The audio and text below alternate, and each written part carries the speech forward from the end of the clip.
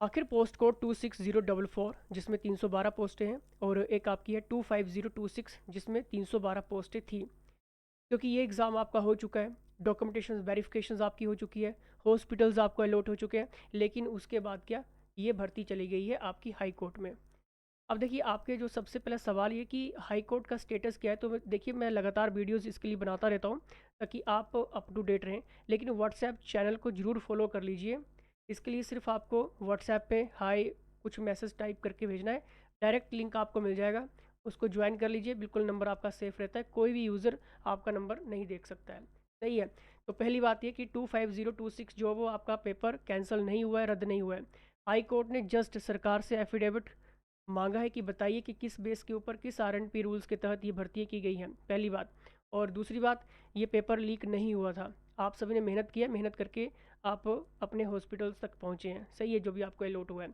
लेकिन next hearing में इतना उम्मीद है कि कुछ ना कुछ आपके हक में फैसला ज़रूर आने वाला है। तो सबसे पहले बात ये कि क्या अभी जो नोटिफिकेशन निकली है 26044, ये हमें फॉर्म भरना चाहिए? बिल्कुल भरना चाहिए, क्योंकि इसकी नोटिफिकेशन में कुछ आरएनपी रूल्स में हमें कुछ चेंजेस देखने को मिला है, वो मैं आपको सारे स्टेप बाय स्टेप अभी बताने वाला हूँ। इसलिए ये वाला फॉर्म भी आप भर दीजिए।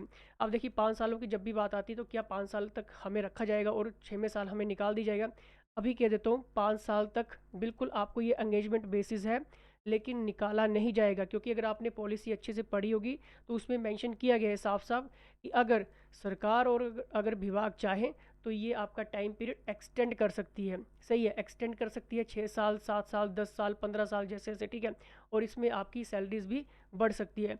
तो इसलिए इस पोस्ट को जरूर भर देना, ठीक है। अभी ये मत सोचना कि ये हम भरें या फिर नहीं भरें, कि या ये भी कोर्ट केस में चला जाएगा, ये वो, ठीक है।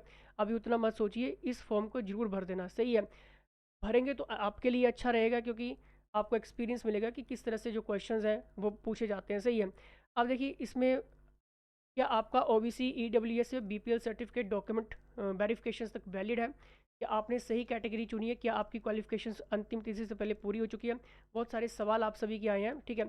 तो मैं उन सभी सवालों के जवाब, क्योंकि डॉक्यूमेंट से रिलेटेड बहुत सारे सवाल हैं, पॉलिसीज़ को लेकर बहुत सारे सवाल हैं, तो मैंने आपके लिए एक यहाँ पे कंप्लीट लिस्ट तैयार की है, ताकि आपको मैं अच्छे से और बिल्कुल ईजी और एग्जाम्पल के साथ समझा सकूँ, ताकि आप, ठीक है। अब देखिए, नोटिफिकेशन में 12, 13 और 14, 15 पॉइंट्स हैं, ठीक है।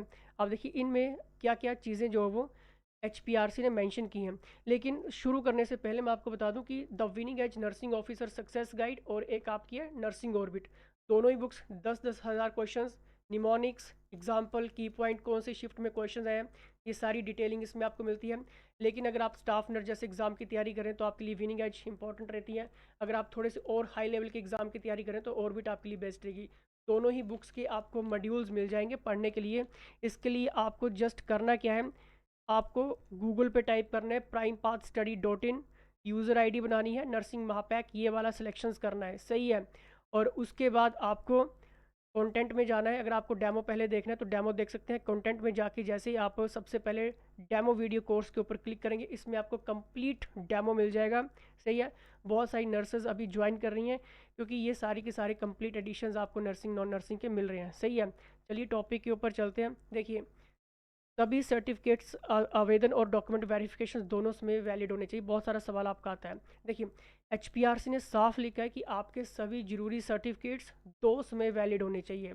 एक आप जब आप ऑनलाइन आवेदन करेंगे उस समय, ठीक है, और एक आपका डॉक्यूमेंट वेरिफिकेशन यानी कि DV के दिन भी वैलिड होना चाहिए। अगर किसी भी समय सर्टिफिकेट इनवैलिड या एक्सपायर पाया गया तो आपको उस कैटेगरी का लाभ नहीं मिलेगा।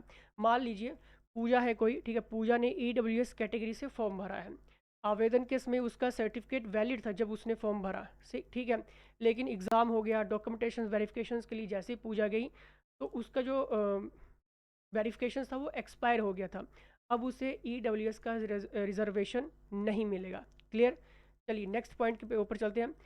BPL उम्मीदवारों के लिए खास बात क्या है, अगर कोई जनरल कैटेगरी का BPL उम्मीदवार EWS कैटेगरी के लिए आवेदन करता है तो उसके पास वैलिड VPL सर्टिफिकेट होना चाहिए, वीडियो यानी कि ब्लॉक डेवलपमेंट ऑफिसर द्वारा साइन किए होने चाहिए, और non SC ST OBC certificate, ये तीनों होने चाहिए।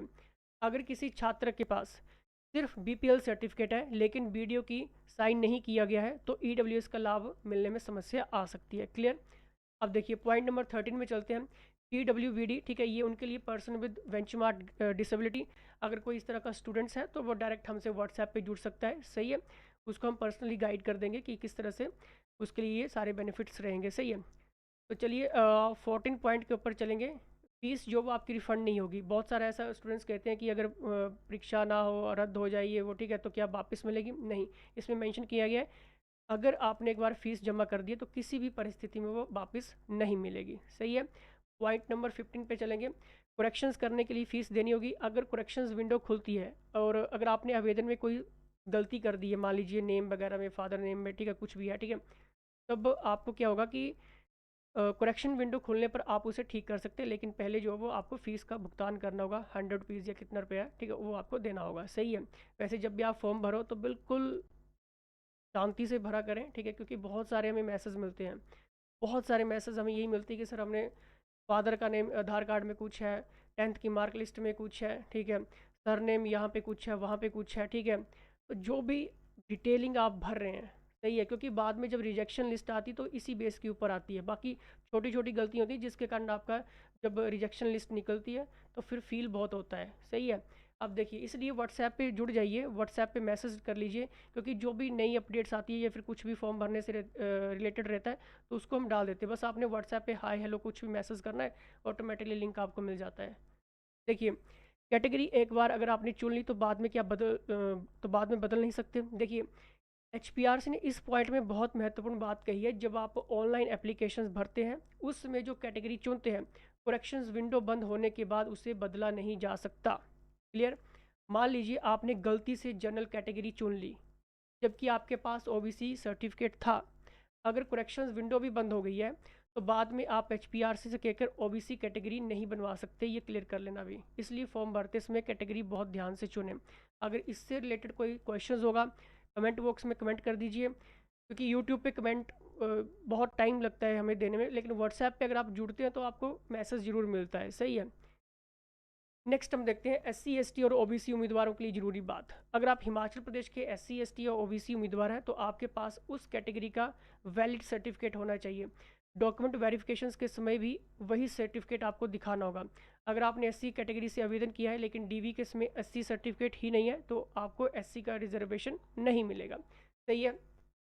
एक और चीज़, रिजर्वेशन केवल पेरेंटल बेसिस पर मिलेगा। देखिए, हिमाचल प्रदेश में रिजर्वेशन का लाभ पेरेंटल बेसिस पर दिया जाता है, ठीक है, यानी आपकी कैटेगरी आपके माता पिता के रिकॉर्ड के अनुसार होनी चाहिए। एग्जाम्पल देखते हैं। अगर किसी छात्र ने अपना एड्रेस हिमाचल का बनवा लिया है, सिर्फ अपना एड्रेस, ठीक है, लेकिन उसके माता पिता उस कैटेगरी के पात्र नहीं हैं, तो केवल एड्रेस बदलने से रिजर्वेशन नहीं मिलेगा। ये बात मैं आपको क्लियर कर देता हूँ, सही है। देखिए, गवर्नमेंट के कुछ नियमों का पालन करना होगा। रिजर्व्ड कैटेगरी के उम्मीदवारों को हिमाचल सरकार द्वारा समय समय पर जारी किए गए सभी नियमों का पालन करना होगा। डॉक्यूमेंट वेरिफिकेशन के समय सभी डॉक्यूमेंट्स निर्धारित फॉर्मेट में होने चाहिए। उदाहरण के लिए, अगर आपका OBC सर्टिफिकेट सही फॉर्मेट में नहीं है या पुराने नियमों के अनुसार बना हुआ है तो HPRC उसे स्वीकार नहीं भी कर सकता है। क्लियर? OBC, BPL, EWS और WFF सर्टिफिकेट पूरे सिलेक्शन प्रोसेस में आपके क्या होने चाहिए? वैलिड होने चाहिए। यदि आप OBC NCL, ठीक है, ये यानी कि क्रीमी लेयर, ठीक है, BPL, EWS या WFF कैटेगरी से आवेदन कर रहे हैं तो आपका कैटेगरी सर्टिफिकेट आवेदन की जो तिथि है उस पर भी वैलिड होना चाहिए।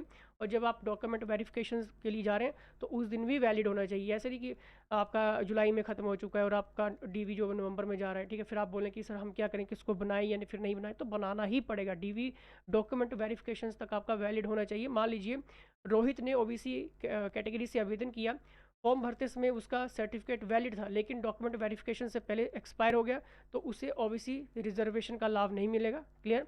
अब देखिए 13 पॉइंट्स के ऊपर चलते हैं, एलिजिबिलिटी कंडीशंस के ऊपर। देखिए, अब बात करते हैं एलिजिबिलिटी कंडीशंस की। देखिए, ये पॉइंट बहुत महत्वपूर्ण है क्योंकि यहीं से तय होता है कि आप भर्ती के लिए एलिजिबल हैं या फिर नहीं है। 13 पॉइंट क्लॉज 1 में देखेंगे इसमें क्या क्या लिखा हुआ है। एलिजिबिलिटी किस तारीख के अनुसार मानी जाएगी? HPRC ने साफ कहा है कि आपकी क्वालिफिकेशन एक्सपीरियंस यदि आवश्यक हो और बाकी एलिजिबिलिटी ऑनलाइन, लेकिन OBC, BPL, EWS और WFF कैटेगरी के सर्टिफिकेट केवल आवेदन की अंतिम तिथि पर ही नहीं बल्कि डॉक्यूमेंट वेरिफिकेशंस के दिन भी वैलिड होने चाहिए, ठीक है। जो मैंने आपको ऊपर बताया ये वही लिखा हुआ है यहाँ पर, सही है। उदाहरण वगैरह यहाँ पे लिखा हुआ है कि मान लीजिए कि आवेदन की तिथि 29 अगस्त है, आपका नर्सिंग रजिस्ट्रेशन 30 अगस्त को हुआ है, तो आप भर्ती के लिए एलिजिबल नहीं माने जाएंगे, क्योंकि अंतिम तिथि तक आपकी क्वालिफिकेशंस पूरी नहीं की थी इसलिए। इसी तरह यदि आपका EWS या OBC सर्टिफिकेट DV तक एक्सपायर हो गया है, तो आपको उस कैटेगरी का लाभ नहीं मिलेगा। अगर आपको कोई भी डाउट्स है, कोई चीज़ क्लियर नहीं हो पा रही है, तो आप पर्सनली व्हाट्सएप पे भी हमारे साथ जुड़ सकते हैं, जो भी हमारी नर्सिंग फैकल्टीज़ हैं, ठीक है, जो भी आपके लिए हमेशा 24/7 रहते हैं, वो आपको पर्सनली गाइड कर देंगे, पर्सनली आपको हैंडल कर सकते हैं। लेकिन हाँ, मैसेज का रिप्लाई मिलने में थोड़ा सा देरी हो सकती है, लेकिन रिप्लाई आपको ज़रूर मिलता है, इसलिए पेशेंस ज़रूर बनाए रखें। देखिए पॉइंट 13 क्लॉज 2 में देखते हैं, एलिजिबिलिटी पर अंतिम फैसला किसका होगा। दोस्तों, अगर किसी उम्मीदवार की एलिजिबिलिटी को लेकर कोई विवाद होता है, तो उसका अंतिम निर्णय HPRC का होगा, यानी आयोग का फैसला ही अंतिम माना जाएगा। मान लीजिए कि किसी उम्मीदवार का डिप्लोमा किसी ऐसे इंस्टीट्यूट से है जिसकी मान्यता को लेकर संदेह है, डाउट है। ऐसी स्थिति में HPRC जांच करेगा और वही तय करेगा कि उम्मीदवार एलिजिबल है या फिर नहीं है। क्लियर। पॉइंट नंबर 13 क्लॉज 3 में देखिए, क्वालिफिकेशन साबित करने की जिम्मेदारी उम्मीदवार की होगी। ये बहुत महत्वपूर्ण पॉइंट है। अगर आप कहते हैं कि आपने डिग्री या डिप्लोमा पूरा कर लिया है, तो इसका प्रमाण देना आपकी जिम्मेदारी है। यानी यदि आपके पास डिग्री पूरी होने की तारीख तक कोई प्रमाण नहीं है, तो HPRC आपकी सर्टिफिकेट या डिग्री पर लिखी इशू डेट को ही क्वालिफिकेशंस पूरी होने की तारीख मानेगा। क्लियर। मान लीजिए आपकी BSc नर्सिंग की परीक्षा जून में पूरी हो गई है, बड़े ध्यान से देखना भी, ठीक है। BSc नर्सिंग की परीक्षा जो है वो आपकी जून में हो गई, लेकिन डिग्री पर इशू डेट जो है वो 15 सितंबर लिखी है। क्लियर। और आवेदन की जो तिथि है पता है आपको, 29 अगस्त लास्ट डेट रखी गई है, ठीक है, तो 29 अगस्त है। अगर आपके पास ये साबित करने का कोई आधिकारिक प्रमाण नहीं है कि आपने क्वालिफिकेशन 29 अगस्त से पहले पूरी कर ली थी, तो HPRC 15 सितंबर को ही क्वालिफिकेशंस कंप्लीट डेट मानेगा। ऐसी स्थिति में आपकी एलिजिबिलिटी प्रभावित हो सकती है। क्लियर। तो ये कुछ डाउट्स थे आपके जो मैंने क्लियर किए, और बाकी जो भी पॉलिसीज़ हैं वो पिछली जो आपकी ये वाली नोटिफिकेशंस निकली थी ना, वो इसी के अकॉर्डिंग है, ये वाली सही है। तो आपको ये वाला फॉर्म ज़रूर भरना चाहिए, सही है। चाहे आपकी सिलेक्शंस पहले हो चुकी है, लेकिन कोर्ट में केस चल रहा है, वो भी जल्दी आपके हक में फ़ैसला ज़रूर आएगा, ठीक है, लेकिन ये वाला भी आप एक बार भर लीजिए तो आपके लिए बेस्ट रहेगा। और नर्सिंग ऑर्बिट और विनिंग एज यहाँ से पढ़ना शुरू कर दो, 100% एक्यूरेसी के साथ है। मैं आपको 100% प्रॉमिस कर रहा हूँ कि एग्ज़ाम आपका फर्स्ट अटैम्प्ट में निकल जाएगा, क्योंकि 20,000 क्वेश्चंस को जब हम एक्सप्लेनेशंस के साथ, पूरा निमोनिक्स के साथ, एग्जाम्पल के साथ पढ़ेंगे, और जितनी भी नर्सेज ने अभी ज्वाइन कर लिया है नर्सिंग महापैक, किसी की भी कोई भी कंप्लेंट नहीं है। अभी हमारे पास थोड़ी देर पहले ही एक 25,000 की कोचिंग छोड़ के लड़की आई है जिसने ये वाला कोर्स ज्वाइन किया है, और इसमें फ़ीस 25,000, 20,000, 5,000, 3,000, 2,000 नहीं है, नॉमिनल सी फीस रहती है, 1 साल तक कोर्स वैलिड रहता है। और इसमें अगर आप ये नर्सिंग महापैक अच्छे से स्टडी कर लेते हैं, तो कोई भी नर्सिंग एग्ज़ाम आप निकाल सकते हैं, चाहे RRB का निकालो, नोरसेट का निकालो, असिस्टेंट का निकालो, ठीक है, किसी भी लाइन का आप नर्सिंग का एग्ज़ाम निकालने वाले बन जाते हैं। ये मैं आपको कह सकता हूँ, क्योंकि हमारे पास एक्सपर्ट फैकल्टी है। 100% एक्यूरेसी बोल रहे हैं, तो 100% एक्यूरेसी मिलती है आपको क्वेश्चन में, कहीं आपको जाने की ज़रूरत नहीं होती। नर्सिंग नॉन नर्सिंग की क्लासेस एक ही प्लेटफॉर्म के ऊपर मिल रही हैं, बस घर पे बैठ के पढ़ना है, step by step preparation start करनी है, ठीक है, कोई दिक्कत नहीं आएगी। फिर भी कोई डाउट्स है, कोई क्वेश्चन, डायरेक्ट आप व्हाट्सएप पे हमारे साथ, हमारे फैकल्टीज़ के साथ जुड़िए। Thank you.